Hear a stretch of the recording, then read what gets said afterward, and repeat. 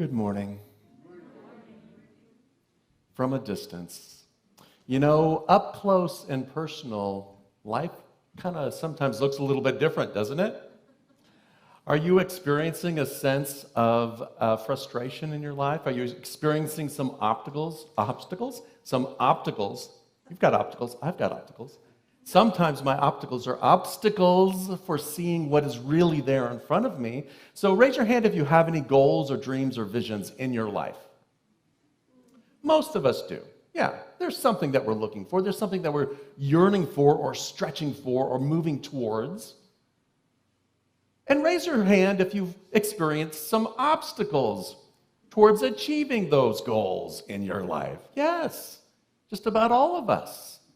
Because there are times when things get in the way. When all of those things out there get in the way.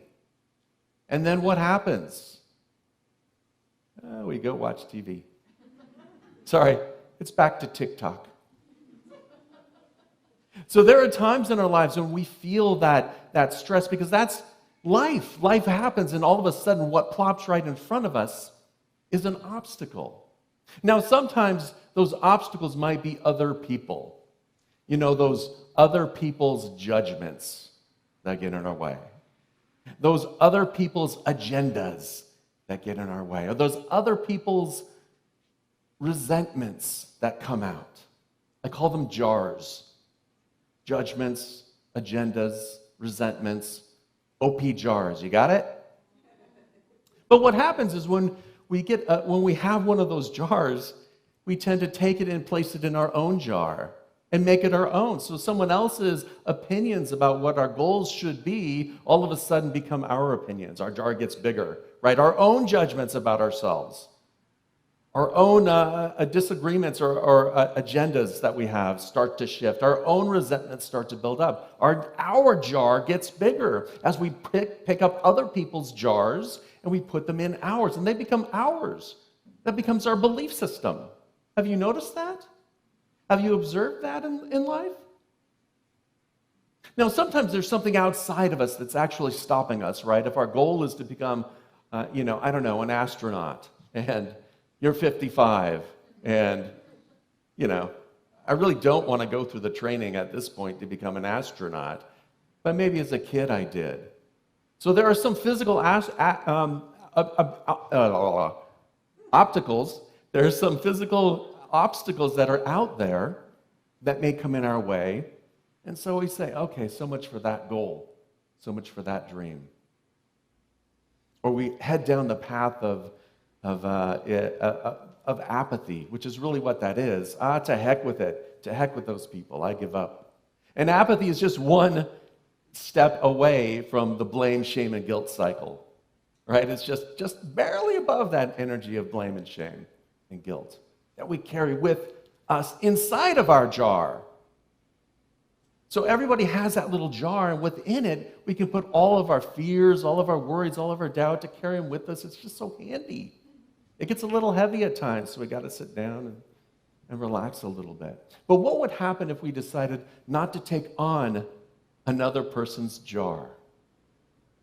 What if we decided to say, you know what, I'm not going to make that my own obstacle just because somebody thinks that I should be doing something differently, right? My daughter is heading to UC Irvine for her as a junior to finish up her degree in studio art. And along that way, we went down there, as I mentioned before, and I was thinking about all of the things that she could do because she has a tremendous work ethic. She's so diligent, and she's incredibly smart. She's been on the dean's list at every school that she's been to. And so my thoughts are, you don't have to be in food service. Well, you could go work anywhere. And then after a while, it's like, oh, wait a minute. It's not my journey. That's my jar I'm trying to hand over to her. She's got it. Right? Whatever I think she should be doing, I've become a should-haveite. Remember the should-havites? Ancient Egypt. What you should do. So I took back that jar and I just set it aside. I got rid of it because it's not my responsibility, and she's on her journey and she's got it. whatever she's going to do. You know, there are times in our lives when we come upon these obstacles in our lives, and it's that time when we really need to, I think, focus. And so spiritually, our goal here today is to look at how we can spiritually overcome those obstacles. Because I think most of the obstacles that come before us are because of our own optics. It's because of our own lens, because of how we're seeing the world. So those things that we're seeing out there as obstacles are really just obstacles because we're accepting them as obstacles. And so our job is to keep moving forward, to move around it, find a path around it, find a path over it, find a path through it. Or maybe find a path to a different goal that makes more sense for us. Because sometimes our goals change in life. You know, that goal that I had as a kid of being an astronaut, yeah, not so much anymore. I'm good here grounded on Earth. So sometimes our goals change. But what does not change is spirit. And spirit is always available to us to help us move through these experiences in our lives. And so our practice, I had a wonderful quote, and I have no idea where my talk is. It's somewhere out here in the ethers. I had a wonderful quote from Napoleon Hill that says, "Every adverse condition in life carries with it the seed of opportunity." Every adverse condition carries with it the seed of opportunity. So if that's true, the first thing that we need to do is simply pause. And pausing gives us that opportunity to get back to our conscious mind. Just simply pause and honor that obstacle. Everyone take a deep breath now. I told you all to honor the obstacle. So when that obstacle comes along, if in fact it does contain a seed of possibility, of opportunity, of something that we can grow from and learn from and achieve from it and move through so that we're a better person, then honor that obstacle. Don't make that obstacle, don't make yourself the victim of that obstacle. And don't make that obstacle the cause of your despair. Don't take that obstacle and put it inside of your jar. But that's what we do when we run across, either situations or people or things in our lives. It's like, oh my God, look at that. I'm going to take that, put it right here. There's my victimness right there. I get back to that dualistic consciousness of victim-victor. I'm right down in there. I would be fine if it wasn't for all of that stuff going on. If I had a straight path. So we pause, and then we presence ourselves. That's the second step, pause and presence, if you're taking notes. So presence ourselves. Presence ourselves in the divine flow of life, love, and wisdom that is always there and present to you. Presence yourself in that energy of spirit that moves in, through, and as you. Presence yourself in that infinite potentiality that is within you. Just become present to it in the face of that obstacle that's in front of you. Become present to God. The third step is poised. We are now poised in that presence, in my I amness, because I've now taken on that mantle of higher consciousness. I've now moved into that space of knowing my oneness with God. And so I am now poised in the presence of this obstacle. I'm now poised in the presence of whoever is out there pointing their finger at me. All of those shouldabites in the world. I'm poised in my own I amness. Not taking it on, not putting it in my jar, just allowing it to be. Just allowing it to be. So get a sense of that, because I think we've all had that opportunity in our lives, haven't we? So get a sense of the time when you were moving towards your goals or moving towards your vision or moving towards that thing that you were most excited about, and then all of a sudden there's, that thing that's in front of you. Just get a sense of yourself being poised with it, not being upset by it, just being poised and presenced in the midst of it. We pause, we presence ourselves, we become poised in the I amness that we are, and then we pivot. We move our focus away from the obstacle back to our vision. We move our focus away from the obstacle back to our goal. We move our focus away from that which is standing in front of us that's, creating this experience and focus back on God. Now, sometimes that pivot takes the form of moving into a different direction. So when we're in that state of consciousness, the way will open up to us for our next step. And all we have to do is faithfully take a step. That power of faith. That power of faith of, I don't know what's going to happen. I'm just going to move in this direction because that's what I'm feeling inside. That's what my intuition is telling me. That's what Spirit is telling me. I'll give it hoity-toity names. Spirit said to move over here.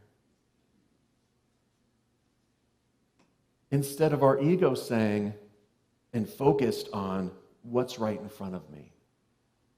Focused on how wrong it is, how horrible it is, how awful it is. And there are some things that we can focus on in this world today. Yes? Well, stop it. That's a different talk. Refocus ourselves on our path.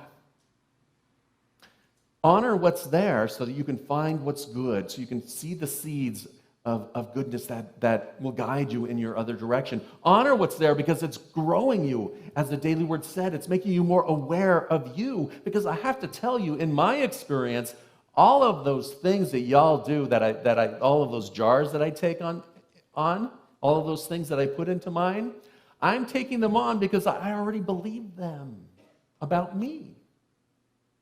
So half of the time, the things that we're so upset about, we agree with.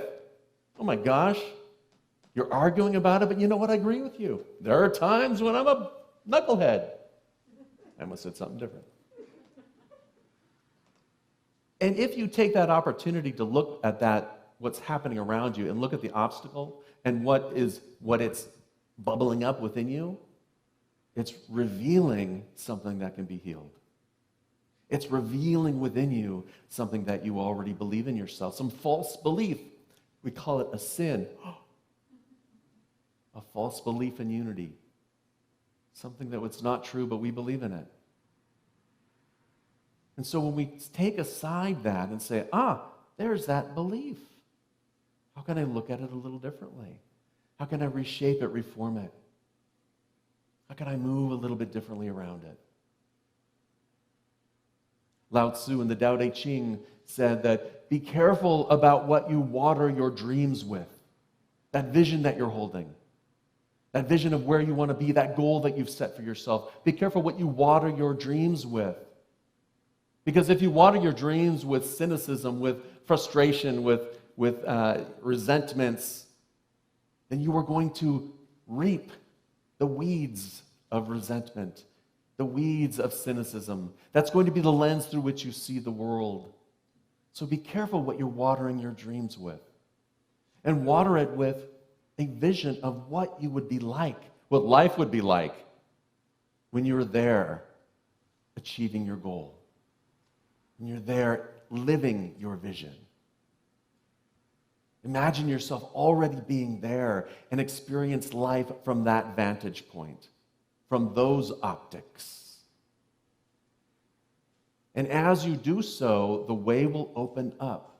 The path will open up around it, over it, through it, maybe in a completely different direction. How many of us have made changes in our lives, have made a career change, have made a degree change, have made some sort of redirection in our lives?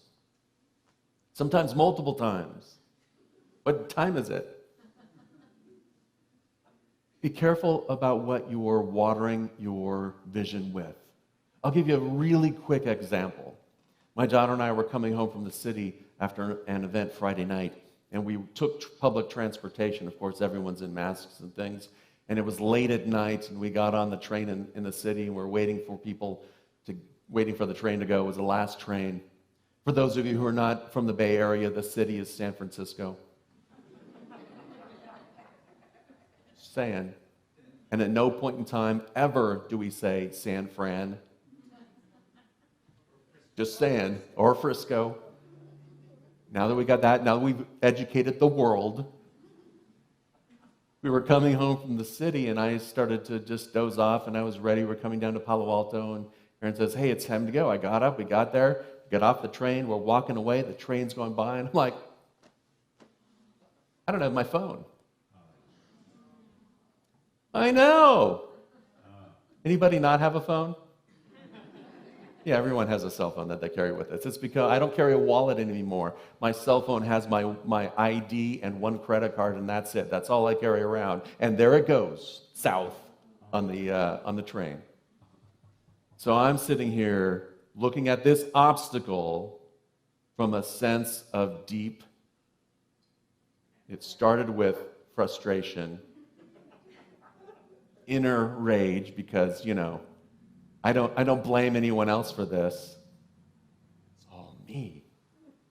And Aaron just looks at me and goes, we can catch the train at another station and get it. I'm like, what? Are you kidding? No, come on. So she drives, and she knows we can catch it at this station, like 2 or 3 down the road. And we're driving, next to the train tracks, no train. Past California, no train. Past, what's next? Mountain View, no train. Come up to Sunnyvale. Here comes the train, but we're stuck behind the train, you're in the car. What are those things called when the guardrails come down and the ding, ding, ding, ding, ding, ding, ding. And there goes my train. The rails come up, and there goes my train.